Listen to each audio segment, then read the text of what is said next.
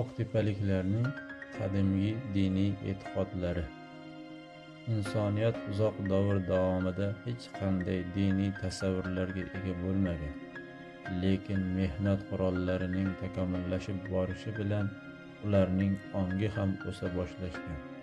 Ular turli tabiiy ofatlar, og'ir kasalliklar va o'limdan juda qo'rqishgan. Tabiatda bo'layotgan barcha voqea va hodisalar qandaydir g'ayri tabiiy kuchlar tomonidan boshqariladi deb o'ylashgan. Shuning uchun ular turli xudolar va avliyolarni o'ylab topishgan. Oqtepaning qadimgi aholisi ham o'z diniy e'tiqodlariga ega bo'lishgan. Qadimda diniy e'tiqodlarning ba'zi ko'rinishlari hozirda ham saqlanib qolgan. Bu diniy urf-odatlar fanda totemizm, fetishizm va shamanizm deb ataladi. Miloddan avvalgi 3000 yillik oxirlarida chorvachilik va dehqonchilik rivojlanishi natijasida patriarxat davri boshlanadi. Endi oilani otalar boshqaradi. Har bir urug' a'zolari alohida yashagan. Urug'larni qabila oqsoqollari boshqargan. Qabila oqsoqollari vafot etgach maqbaralarga dafn etishgan. Miloddan avvalgi 5-asrdan boshlab Zardushtiylik dini kirib kela boshlagan. Bu din arablar kirib kelgunga qadar davom etgan. Zardushtiylik 4 ta narsani suv, havo, olov va erni muqaddas bilishadi. Shu sababli o'lgan odamlarning suyaklari maxsus xumlarga saqlanadi. Bunday xumlar Oqtepaning Xonnazar o'rta qishloqlaridan topilgan. Arablar kirib kelgach, islom dini ham kirib kelgan. Oqtepa Zibixon hukmronligining davri. 5-6 asrlarda So'g'it ixchitlari hukmronligi o'rnatiladi. So'g'it ixchitlari birinchi qizi bo'lgan Zibixon 3 o'g'li bilan tul qoladi. Unga So'g'it ixchit o'g'illari bilan hozirgi Qo'shrabot hududini boshqarish topshiriladi. Zibixon o'g'illari bilan Ochabuloq qishlog'iga kelib o'rnashadi va bu yerni o'z qarorgohiga aylantiradi. Bu yerda alohida qo'rg'on quradi. Bu qo'rg'on o'rnida erlar hozirda ham Zibiqo'rg'on deb ataladi. Zibixon hukmronligi davrida ilk feodal munosabatlar boshlanadi. U ko'plab ariqlar qazdirib, qirlarga suv chiqaradi va dehqonchiliklarni rivojlantiradi. Lekin uning o'g'illari yomon bo'lib, xalqni ko'plab jabr-zulm o'tkazadi. Bundan norozi bo'lgan xalq ularni birin-ketin o'ldirib yuboradi. Keksayib qolgan Zibixonga qishloqning ancha uzoqda bo'lgan bir soy yonidan kulba qurib beradi. U shu yerda yashab vafot etadi. Bu yer hozirda Zibisoy deb nomlanadi. Oqtepa hududi bundan 4-5 ming yil ilgari davrdan boshlab Sak-So'g'it qabilalari yashab kelgan. Ular asosan Forsiy zobon bo'lishgan. Qadimda tog' yon bag'rlarida yashagan chorvachilik va dehqonchiliklarning paydo bo'lishi bilan ularning bir qismi soy bo'ylariga kelib o'rnashgan va dehqonchilik bilan shug'ullanishgan. 5-asrning ikkinchi yarmida O'rta Osiyoda Ittisu va Sharqiy Turkiston tomonlaridan turk hukmronligi tarkibi turkiy qabilalar kirib kela boshladi. Shu turkiy qabilalarning Bo'gajil qavmidagilar hozirgi Qo'shrabot tumani hududiga, shu jumladan Oqtepa hududiga ham kelib o'rnashadi. Bular so'zlashganda ko'proq y o'rniga j harflarini ishlatadi.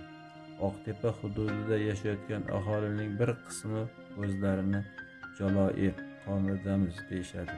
Biz ensiklopediyalarga murojaat qilganimizda Jaloirlar 7-asrda Onon va Qayrdun daryolari bo'yida yashagan. Ular Chingizxon qo'shinlari sifatida jang qilishgan. 8-asrda boshlarida O'rta Osiyoning ko'pgina hududlariga kelib o'rnashgan. Ular asosan chorvachilik bilan shug'ullanishgan.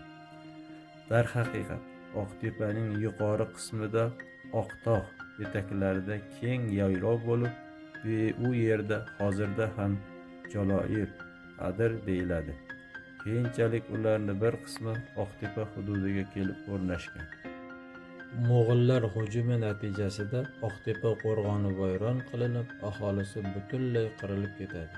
Shu tariqa keyinchalik turli joylardan turkiy xalqlar Oqtepa hududiga kelib o'rnashadi. Bu yerlarda yashagan qadimgi Sak-So'g'it qabilalari yo'q bo'lib ketadi. Shunday qilib, hozirda Oqtepa hududida turkiy qabilalardan bo'lgan Bogajel va Jaloir qavmidagilar yashaydi. Ular keyinchalik bir qancha mayda urug'larga bo'linib ketadi. Bunday urug'lardan Abaytush, Suti, Itturboy, Tuvodoq va boshqalari mavjud. Oqtepa qo'rg'oni. Ma'lumki, 8-asrning boshlarida arab istilochilari bir qancha mamlakatlarni bosib olgach, hozirgi O'zbekiston hududini ham o'z qaramog'iga oladi. Shu bilan birga islom dini va arab yozuvini ham joriy etadi. Arablar o'zlariga qarshi qaratilgan xalq qo'zg'olonlaridan qo'rqib, bosib olgan joylarida ko'plab qo'rg'on va himoya inshootlari quradilar. Ulardan biri Qo'shrabot tumanining Oqtepa xo'jaligi hududida joylashgan Oqtepa qo'rg'onidir. Oqtepa tarixi juda qadim zamonlarga borib taqaladi. Chunki Oqtepa xo'jaligi hududida arxeologik qidiruv ishlari olib borish natijasida neolit davriga oid tosh qurollar, sopol buyumlar, bronza davriga oid bronzadan yasalgan zebi ziynat buyumlar bilan dafn qilingan ayol kishining jasadi, zardushtiylik diniga oid ichida odam suyaklari solingan bir necha ulkan xumlar topishga muvaffaq bo'ldik. Undan tashqari sopoldan yasalgan echki haykalchalari, but sanamning haykalchasi, sopol nay, qadahlar, ko'zalar, xumlar, toshdan yasalgan turli yorg'uchoqlar, shamdon tangalar joylashgan ulkan xumlar topildi. Bu topilmalar Oqtepa hududida qadimda obod joylardan biri bo'lganligini ko'rsatadi. Endi Oqtepa qo'rg'oni qurilishiga to'xtalib o'tamiz. Oqtepa qo'rg'oni 8-asrda arablar tomonidan mo'ljallab qurilgan sun'iy tepadir. Bu tepaning balandligi 30 metr bo'lib, aylanasi 300 metrni tashkil etadi. Bu konussimon shaklda bo'lib, o'ndan ortiq yer to'lasi mavjud. Yer to'lalar katta-katta xom qishtlardan ark, yoy shaklda terib chiqarilgan. Keyin esa tepalik shunday g'ishtlar bilan shaklda ko'tarilgan.